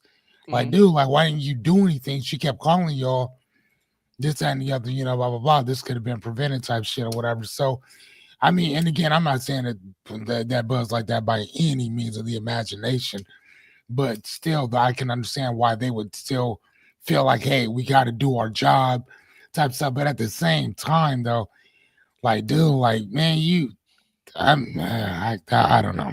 Familiar, I'm gonna shut the fuck up. I'm gonna just be quiet. Familiarity breeds contempt, and That so a oh lot of times when you have that level of closeness with people in the community, and they may not even know you, but you don't know who's jealous of what you have accomplished. man, this one man had a whole entire. They shut down half Omaha. You know what I'm saying, for this man's parade And you think and birthday party. Oh my God! you think people aren't feeling some kind of way about that? Do I believe that there was some Schadenfreude going on? Fuck yes, there was. And for those of you, Schadenfreude means that where somebody takes a pleasure in your pain. Right. Midfreud, it means where people take pleasure and you having fun and you enjoying life. I have midfreud when I think about Bud, or because I mean I seen where the little dude came from, and when he was 17, I was 27 years old. So I used to see him down at the gym all the time, like, and that dude was just he was pretty cool for the most part and stuff. Yeah, he's cool. I mean, he's cool. Yeah, he was pretty cool and stuff. I mean, we had not words or nothing like that. I used to tell him all the time, like, bro, I'm not scared of you. And I used to watch him demolish people in that fucking ring, dude. He was amazing then. Right. Like I used to sit around watching him then. He was amazing. And he's like the shit that we're watching on Netflix, the shit that I used to watch at the gym. Like, he was amazing. But here's the thing. There was people to me that were just as good, if not better than him. That just they didn't have that umph that Bud got. And that's like, damn, but it's also kind of sad too a little bit, because it's a one you see Bud and then that's it. It's not a team type sport. You know what I'm saying? Boxing is just you and him, and that's it. So all this kudos, all this whatever is gonna build your fucking, you know what I'm saying? It's gonna, like you just said, it's gonna build you up, but you have no idea who's looking at you like, man, fuck this dude. And that's what I think that's one of the reasons why I don't necessarily know I would be around here, because because it's not, we think that it's just a bunch of like we just think it's a bunch of internal hood stuff and people in the hood being jealous. Like I said, you're talking about people external to the community that are used to being able to put people from the community in their place. If you follow what I'm saying, they're very used to being able to put people that are from North Omaha in their place. And we have to be real and honest about that. That's a real thing around here. The desire to want to let them know exactly where they stand, if you will. And so oftentimes you're up against that. And so that's another reason I would just be like, I'm getting out of here, because that it's It's weird. You see that flash of jealousy in people's face. You can read it on them when they talk about somebody or when they see somebody. I wouldn't be around this place, but that it is what it is. I mean, You but know, yeah, but but who else is gonna be throwing you whole entire, city block parties and giving you the key to the city and this and the other, you know what I'm saying? I mean, you obviously want to go where you're wanted and this and the other, but I mean, I also do see I see that there are gonna be some issues with that. Matter of fact, wasn't it Boosie who hmm said it that people get knocked off in their own towns? yeah. You know what I'm Well, saying? He's the one who said that. I'm not saying that. Boosie was like, and that really sucks too, man. And Tupac said he had a verse in "To Live and Die in L.A." He said a brother got smoked by a fiend trying to floss on him, blind to a broken man's dream.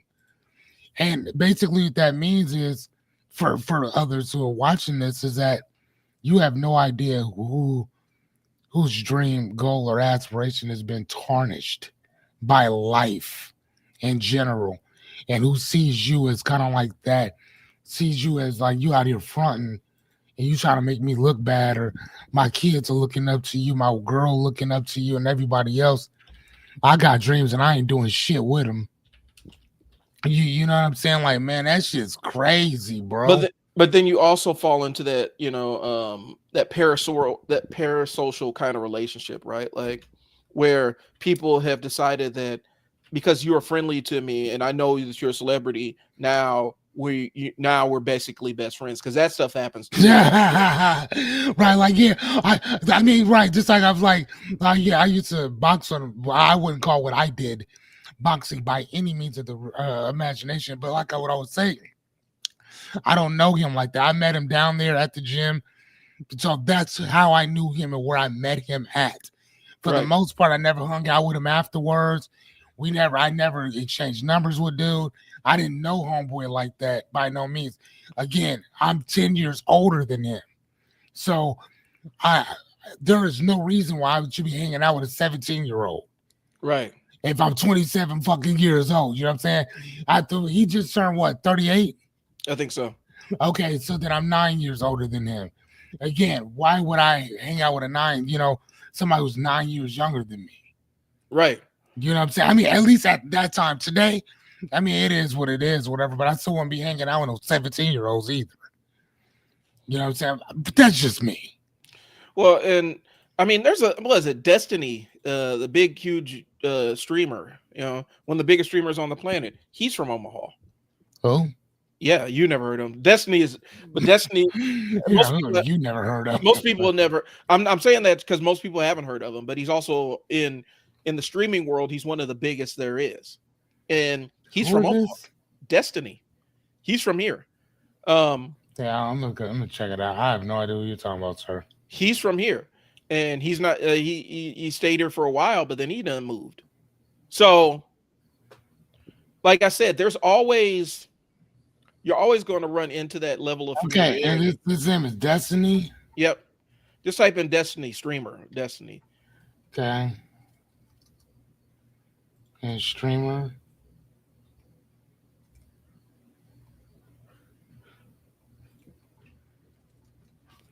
Like he's from here.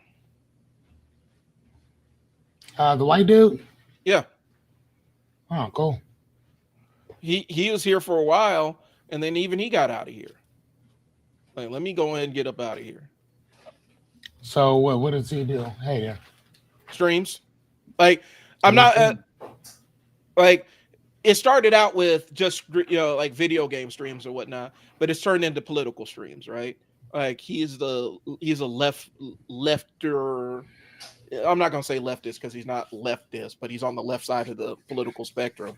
Goddamn. 668 million Yeah. views. Wow. How, That's yeah, from Omaha, Nebraska. Yeah. yeah. And so let me ask you a question. So how many views you say? Almost 700 million. How many people are in this country? 325 million. Right. So that's almost enough to get everybody to watch 1.5 or 2 times. That part. So he's known worldwide, and he got out of here. So, um, He said he's known worldwide and he still got up out of here. I think you can there's a level of notoriety, and like I said, that level of closeness does breed contempt with people. I want people to be successful regardless, but there aren't always people that out there exist like that. They feel like somebody else's somebody's fame is owed to them. I'll tell you about a specific thing off stream that because I got family and stuff that have done like multi-level pro sports. I got a little cousin that's going to be playing football and major college football or whatnot, and so there's crazy stuff that happens when people are too familiar, when they get too keen with you. It's crazy. Right. And so that'd just be another reason. Or I'd be a hermit or shut in. You wouldn't know where I lived. If I stayed in Omaha, you wouldn't know where I lived. You don't know where I go. You wouldn't know when I was in town and I wasn't. Like I would be a ghost around here until I wanted to be seen.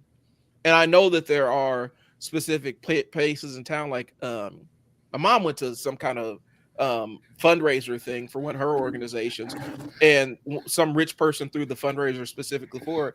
And to get to the house, it looked like you was driving into some hedges, and then you go underground a little bit. Next thing you know, you're in front of the house. So there are houses that are like that around here.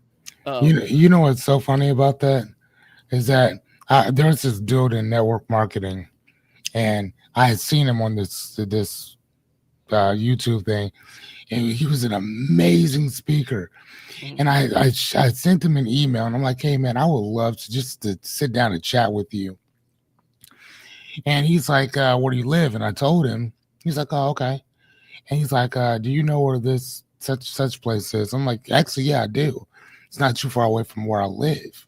Mm-hmm. He said, perfect, I'll meet you there. I'm like, what? And again, I've never seen this guy before except on this thing. So I'm thinking that we're going to, FaceTime or something like that. Just talking to ask some questions, blah, blah, blah, blah, blah. He actually meets me at this place over in, it's over by Turner Park. So what is that? Blackstone District. It's not. Oh yeah, I know what you're talking about. It's like down the street from the Blackstone District, where Pickleman's is. Okay, I used to have an office. We used to have an office over there. Yeah, so it's in that area. So, and he lived in those apartments over there, those like loft-looking apartments or whatever. That's where he lived. Yeah. So he walks into the place and we sit down, we're talking. I'm like, did you fly here for me? He starts laughing. He's like, oh my God, no, I live here. I'm like, really? He said, yeah, I live right there. I'm like, dude, I had never heard of you before. I've watched every one of your videos over the past, week or so. I never once saw that you lived in Omaha. He said, yeah, I've been here for years. He said, I live here, and then I also live in another place too. And I'm just like, damn. So that does happen quite often, that celebrities do live here. You just don't know them. Just like Destiny, I ain't never seen bro a day in my life, at least not that I'm aware of. Mm-hmm. But I mean, dude, everybody else has seen them.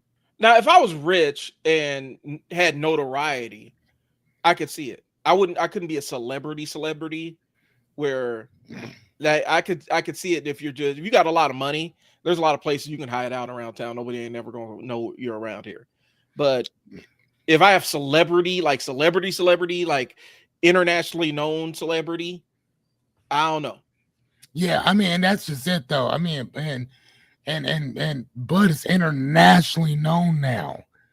Like, I mean, again, people knew him from before, but when you beat Canelo, like he wasn't shit, dude, please, bro, stop.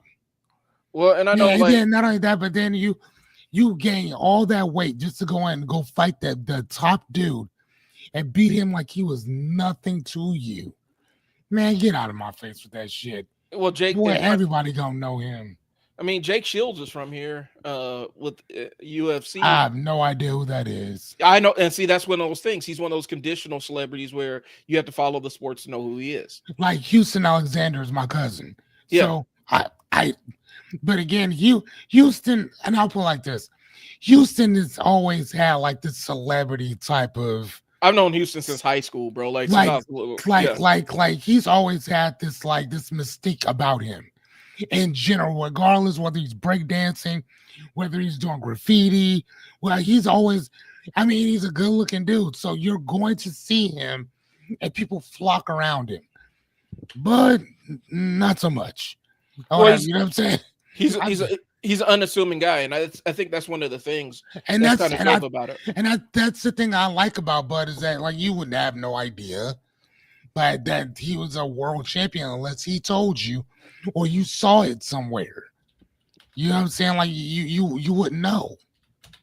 Right. So like yeah, I don't know. I'm just saying like that's So, let's see, where we at? I mean, do we have? I think we're on 4 now. All right. So, in every crisis, the wealthy leaned on alliances, Rockefeller with the bank, Silicon Valley with venture capital during crashes. What do you have in your corner when things get bad? For a lot of people, they got themselves and their skills. Like that's what you. And that was my point that I was making before or whatever. So question is, who do you have in your corner when things get bad? The reality is your network can either multiply your chances or leave you stranded. So again, not only what do you bring to the table, but what about the people that you keep in your circle? What do they bring to the table as well? Your Or network is whatever. your network is your net worth, right? Like that's what they say. That's it. And again, all we're saying is that if there is no more net worth that could technically be made, what can you do with the people that you keep around you? I mean, shit, do they make you laugh? I mean, that's a great skill to have. Yeah. I mean, if you were in a bunker or whatever, and I mean, why wouldn't I want to have a comedian or two in there, just to bounce some shit around and a philosopher or two to argue certain things and whatever, you know what I'm saying? Like, dude, It like doesn't it doesn't always have to be that little transactional kind of thing. They could right, just right. make, No, that's what I'm saying. yeah, they could just make you happy, and Like that's they could fine. just be around because man, you say some funny ass weird shit. You know what I'm saying? That'd be fun to have around. I mean, at least I think so. But I think that would be something that's kind of fun. But again, like we just said, though, your network it multiplies your chances of whatever. So today, who who do you have in your circle? Who do you have in your entourage that is helping you or that could help you go from bad to better? Right. I'm not saying that they're gonna, what I'm saying, reach in and saying slide you 15, 20, $30,000. Um I'm not saying that by no means. Right. But I'm just saying, like, come on now. It doesn't have to be like that. Come It on could now. they could, but a lot of times people will keep people in their circle that are actually a detriment to them. Like they don't add anything to their life. And that's what people need to understand. It's like, does this person add or make my life? Do they enhance my life or do they make my life harder? Because they make it harder, right? You know, Right. and sometimes that person is your kids, and you can't necessarily just dump them. But sometimes your kids will make your life a little bit more difficult, and so you have to balance it out. Like, do I have this connection with them where I'm willing to endure the strain that they put me under sometimes? Mhm. And it's a balance out with the joy that they bring into my life. That part. Sometimes you have that person that all they are a burden, and you don't really have a connection with them. You talk to them every time. My wife had a friend like that. Like, rarely heard from her. Every time friend called, it was something terrible going on in her life. Right. And never, hey, how are you doing or anything. It just went into, oh, this awful thing happened, or you know what I'm saying? At some point in time, the return on that relationship, if I can't disclose things that are going wrong in my life, and every time I talk to you, you're just bombarding me and blitzing me with everything that's going wrong with your life, at some point, um, you're just going to be like, I don't necessarily feel like investing anymore with this person, right? At least that's how I take it. At some point, you're like, I don't feel like investing anymore right now, which is fine. Mhm. Um, so I don't know, man. I guess for me, you determine how valuable that relationship is. And it doesn't, like you said, it doesn't have to be a money thing. Sometimes it is a money thing. Sometimes it's a person that could actually help you out and help you get relaunched, pick you up when the pieces fall down. Other Right. times it's not, which is fine. Mhm. So and that's kind of where I'm at with that too, or whatever. But I love that. All right, so number 5, which is our last one, long term vision or whatever. So Warren Buffett bought when others panicked and focused on decades, not days. mhm, And so, and basically that term comes from when Warren said, "When everybody else is saving, I spend. When everybody else is spending, I save."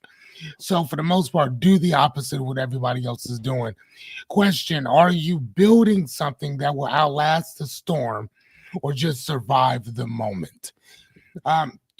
With coaching, again, I you talk, I listen, mhm, and I try to help you kind of figure out where you are, and where you're trying to get to, right? Um, the fastest way possible, if that's even possible. But sometimes I also realize that some people just need somebody to talk to, mhm. and I provide that service for people just to come in and talk. Now, do I always want to hear what people are saying? Fuck no, I don't. But at the same time, I know that I'm good at listening, and I'm Right, good at asking questions to get people to go from point A to point B as quickly and sometimes as painfully as possible. But sometimes you're gonna get your ass whooped, and I try to let you know that up front. right. Um, but knowing what your skills are is just for the moment, and that's the thing that they were talking about before. Are you doing this? Are you building something because it's trendy, or are you building something because you're really trying to make a difference? And I think when you're really trying to make a difference and it just so happens to be trendy, great. Mhm. But if it doesn't, you're going to be that person that weathers any and every fucking storm that comes up. Listen to me. I don't care how bad things get. People will still need construction workers. Right, I don't care how bad things get. People will still need people to build houses. I don't care how bad things get. People are still going to be at these restaurants cooking your food for you. So again, it does not matter how bad things are. Somebody's going to still be doing that same thing. Somebody's going to be buying and selling any and everything that you got going on. right. Everything. Well, and a lot of times people will build these businesses, and it's like, so who are you building this for? They're building it to Yeah. impress other people Right. instead of building something that they're going to enjoy That or part. they want to do. They want to build something, and that I think that's an advent. That's kind of a thing of the social media age, right? Like, I think, um, people are, since it's easier now to start a business than it has been in the past. A lot of times, people are searching for businesses that, um, how do I want to put it? They're searching for things that look good Hmm. as opposed to things that are profitable or make money for people. They want Okay. the sexy business, is what I'm saying. And you have to That, realize, that like, that are going to give them the notoriety. yeah, Yeah. what did Talib Kweli say? Give me the fortune, keep the fame. Hmm. And I think a lot of people are trying to create these sexy lifestyle businesses based on things that they see people do online.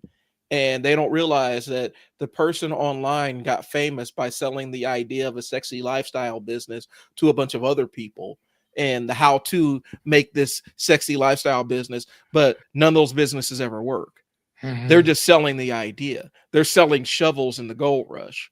And yeah, it's unsexy, but that's what they're doing. And then they tell you that they have this sexy lifestyle brand, but it's really not. Like, it's really not. Like, yeah, there's no value proposition outside of selling people the knowledge of how they think they can start their own lifestyle brand. It's a really vicious cycle.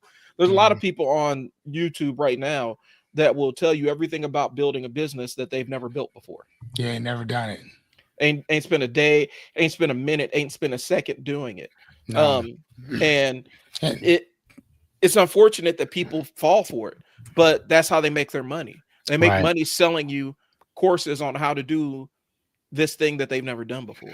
That part. And that's the thing that I cherish about our relationship is that when you met me at my place of business. Right. You know what I'm saying? Like, you didn't meet me out on the street and I was just talking about what I was gonna do.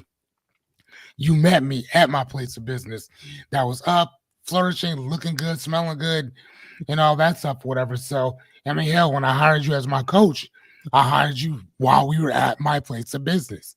So, again, Like you have those things where when you when you're sitting back and you're wondering, like, can this person really help me, or does this person really know what they're talking about, right?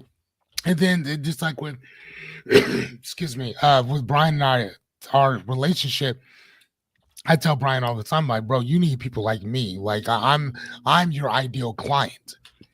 Like the person that hits you up because like, hey man, I need you to I'm gonna pay you to give me the rundown on everything I need to know. And then, what I'm saying, like we can I just I think I called Brian, I think what was it last week sometime. Yep. Just I think I asked him like 2 or 3 questions, like, all right, bro, I'm out. Deuce. Thank you. See you later. Bye. And then I'm off the phone type stuff or whatever. But I'm always telling Brian, I'm like, bro, like you need people like me around that that kind of that's what you need. Like that I am your avatar Client client, avatar. Yeah. client avatar or whatever. Somebody who actually has money, who doesn't and who sees value in mentorship. Okay, like I'm gonna say that again. Who sees value in mentorship? I'm gonna say that one more time. Who sees value in mentorship? What does that mean? That means I don't know something, so I'm gonna pay you to extract your knowledge because I actually want to do it. And here's the cool thing about when you're paying mentors or coaches or therapists or whomever, you're paying for my expertise. Yeah. I'm not just giving it to you. And here's the thing, you're going to be proud to pay whatever I charge you for that because of the simple fact is I've already been there and done what you're going through for the most part. Right. You're paying for that time with me. And then not only that, you're also paying yourself if you think about it, because you know that you're going to go off as soon as we end this phone call to do exactly what I just told you. You're paying for a shortcut. You're paying for this person's knowledge That's so it. that you can learn from their knowledge and the mistakes that they've made Mm-hmm. so that you don't have to go through that process. And I think a lot of people mess that up. We were talking about it. I appreciate what you're saying, Fearless. It's one of those things where you pay for somebody who knows more than you do Yes. because it saves you Yes. time and it saves you money. The investment that you make of the person who already who's already been where you are and knows what you're doing, knows what you're trying to do. They could tell you what to do and what not to do. Right. And I think a lot of times people think that, oh, the mentor is just supposed to tell me how to do everything. No, they're supposed to say, here's what I would do, and this is how I would do it, and then you go off and do your own thing. That's it. They mistake the mentor for the service provider, where I pay the service provider and they do the thing for me. Right. Most business, and you'll be surprised about, and Fearless can attest to this, you'll be surprised how many business owners who are high level people still pay for mentorship. They still have mentors that they interact with, or they get free mentorship from people that they have connections with who just know more. Yeah. I don't think people understand how that works. No, but I mean, yeah. I mean, but at the same time, though, like I told this lady that I would help her with coaching type stuff or whatever, and she's never done that before. And I mean, she wants to be a life coach and this and the other. And I'm like, wonderful, great. How can I help? How can I help wherever? She's like, well, I need a website. I need this. I need that. I'm like, why do you think you need a website? Mm-hmm. Well, because I need to get out and this and the other. I'm like, okay, well, I mean, you don't really need a website to do what you're talking about doing. Right. I said, so let me ask you a question real fast. She said, how many people do you know need coaching right now? She said, a few. Said, okay. How many of those people would actually pay you? She said, right now, none. I said, so the first thing that we could be doing is we could be rounding up those people and letting them know, hey, I'm like, do you have Facebook? She said, yes. I said, okay. So another thing that we could be doing is, and again, I'm talking shit, but this is what I'm creating stuff on right now to be able to do myself or whatever. Which is just make a little short commercial thing or whatever. Hey, my name is such and such. I'm a life coach. This is who I do. This is what I work on. If you need any help, hit the link below, set up a time or whatever. I'm available. I can make myself available whenever you guys need. Right now, we're going through a hell of a time, and I know people need help right now. I'm here to help as much as possible. Again, my name is such and such and such. Click the link below if you need my help. Have that shit running a few times or whatever. Just kind of go in every so often, write some shit, say something or whatever. Right. Eventually, somebody gonna hit you up. I've gotten 45, and that's one of the things I was gonna talk to you about.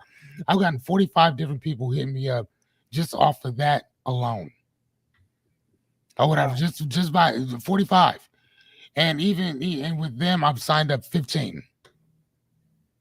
That's what's up. Like, yeah, just real simple shit. And you know what? It's some shit you taught me how to do. So again, motherfucker, like my success doesn't come because it just comes. It came because I was hit. I hit you up. I said, hey, how do I do this? You said, oh, no, I see what you're doing. I see what you're trying to do. This is how you go about doing that. Oh, okay, perfect. Got it.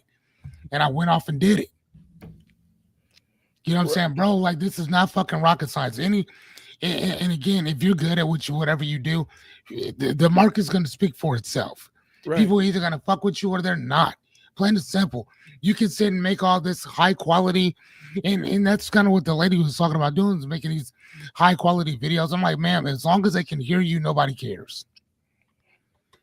Like, as long as they can hear you, nobody cares.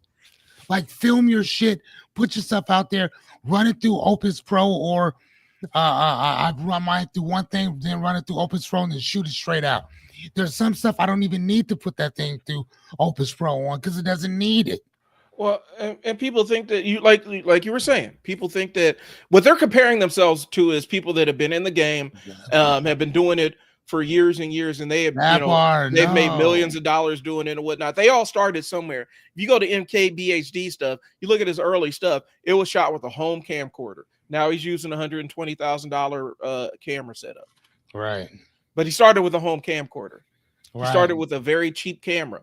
He had to start somewhere. Everybody's starting somewhere. You think that you need to show up as the expert when you're not the expert yet. Nope, not at all. And people don't buy that. People can snip that out, especially when anybody could show up as an expert. One thing I found, actually, this is what one of my meetings was about this morning. I was talking to somebody and I said, one of the interesting things I found on TikTok, because I post a lot of my stuff talking about comic books and things like that on TikTok. Mm-hmm. And that's not really doing well enough where it's going to be its own freestanding thing. It's going to be its own freestanding business, which is something I'll talk to you off the air about. But it's weird because you get these videos in your TikTok feed about how to grow on TikTok, right? Got it. And it's some person who, what their expertise is, I had a video that went viral. And because my video went viral, I am now a consultant and I can tell you how to get your video to go viral. And guess what? That person don't know how the video went viral. They don't know what made that video went viral. They don't know anything. They just know that their video went viral. So all they have is a basket full of assumptions that they have based on a one-time success. Right. But they're going to charge you for this thing that may or may not work. Yeah. And then you do it, and then you don't get the results, and now you're mad about it. Mm-hmm. That's the difference between the familiarity with this topic and expertise in the topic. And a lot of times people that are familiar try to show up as experts. And then you end up getting a bunch of angry comments in your feed like, I paid you $500 and it didn't work. You told me I would go viral based on what you did. Mm-hmm. Well, that person doesn't even know what they did to go viral. So that's what we're saying. Show up at the level you currently are and people will meet you there. You know, because you're still further ahead than somebody else who hasn't done anything yet. So, but yeah, I like that, Fearless. I like the idea. Like, I think people need to understand the value of what the coaching is. I think a lot of times people think coaching is an easy button. It's not. It just tells you what you need to do next. And that's literally all it is. And that's the reason why I enjoy doing what I do or whatever in general, because again, it's nothing more than reframing your perspective. That is it. Right. And doing that, and like, you know, we've helped each other a lot, especially when it comes to um, a lot of that stuff, whatever. The tech part, I'm still kind of trying to get. Here's the thing: I'm not trying to really get it down. I'm just doing it or Hmm. whatever. I don't care what I care what it looks like. I care even more about what it sounds like. As long as you can hear me, as long as I got that button underneath you can hit to contact me directly, that's all I give a shit about. Okay. You know what I'm saying? Like that's all I care. I like to keep my shit simple. Again, but I'm a life coach, so therefore that's all I'm gonna discuss.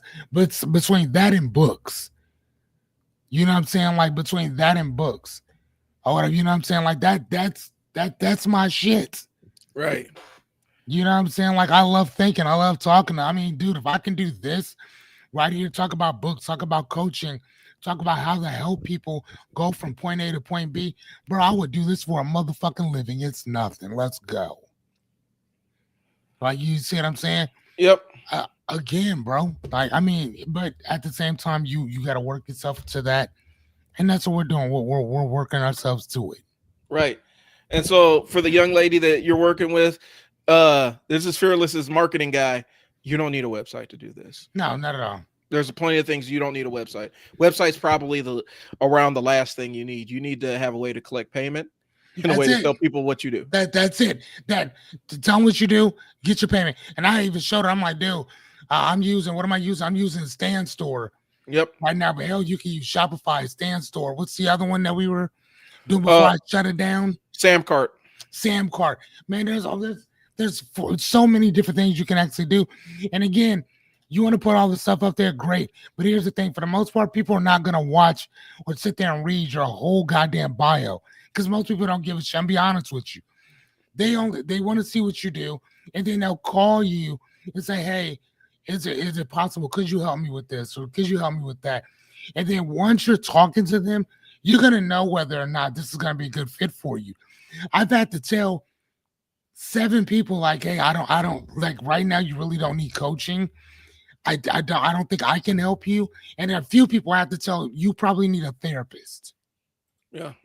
because your stuff is so out there that I could help you. I'm not gonna lie to you, but I'm not a therapist. You need a trained mental professional to help guide you down the path that you're going, especially when it deals with kids and a lot of trauma type shit and stuff like that. There's certain things I could do because I went through a lot of that stuff myself, so I can help you through some of that. But then there's some of that shit.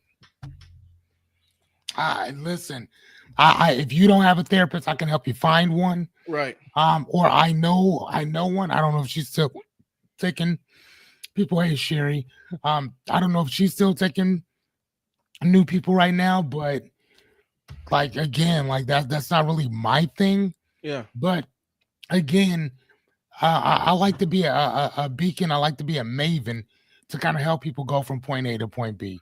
Well, That is my job. and even when I was managing family support workers, I had family support workers that were licensed therapists, and we would still have to outsource the therapy because Yeah, they couldn't be a therapist in the capacity of being providing family support. They had to go like it was weird. Like we had to say, yeah, we had to, even though this person is licensed and they could take them on as a client, they're not in the right position to work with them as a client. right. And so they actually have to say, you know what, let's bring in another therapist. Yeah, it's the same as you working with family. I mean, friends are one thing. It's kind of one thing, whatever. But family, people that are direct with you, Hmm. it's not good to be trying to. If they have an issue, there's certain things you can help with. There's other things you're gonna have to outsource that because you're too close to everything going on. Right. You know what I'm saying? I mean, and people ask me all the time, why don't you uh, coach family and friends? Like, well, I mean, coaching is one thing, but charging them, like, I'll help them. But again, even with some of that shit, like, hey, man, you probably gonna be better off finding somebody else, Yeah. that can really kind of help you. Because again, if I'm the issue, how we gonna coach you through that? Right. Or if me telling you, if me holding you accountable is going to make you hurt your feelings on a interpersonal level, it's not a good fit. No, not at all. You need that level of separation from people. Yeah, you have to have it.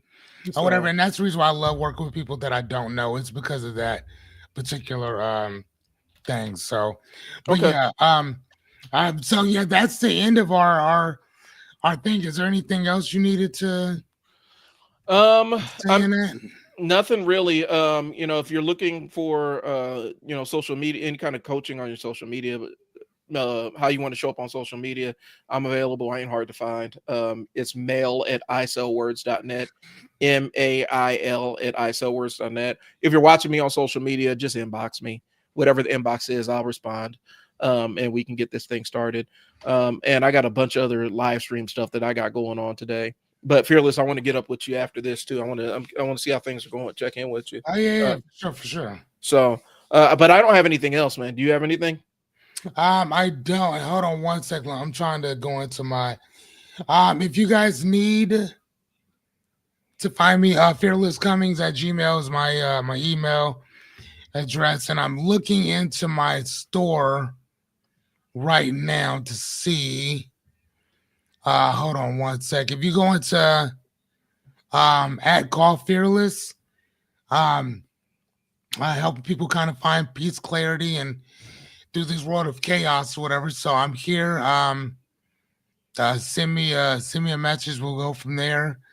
And yeah, that's kind of about. I think that's kind of about it, guys, sir. All right, man. Well, I appreciate y'all tuning in. We'll catch you guys next week. Yeah, dudes. Talk to y'all later. Peace.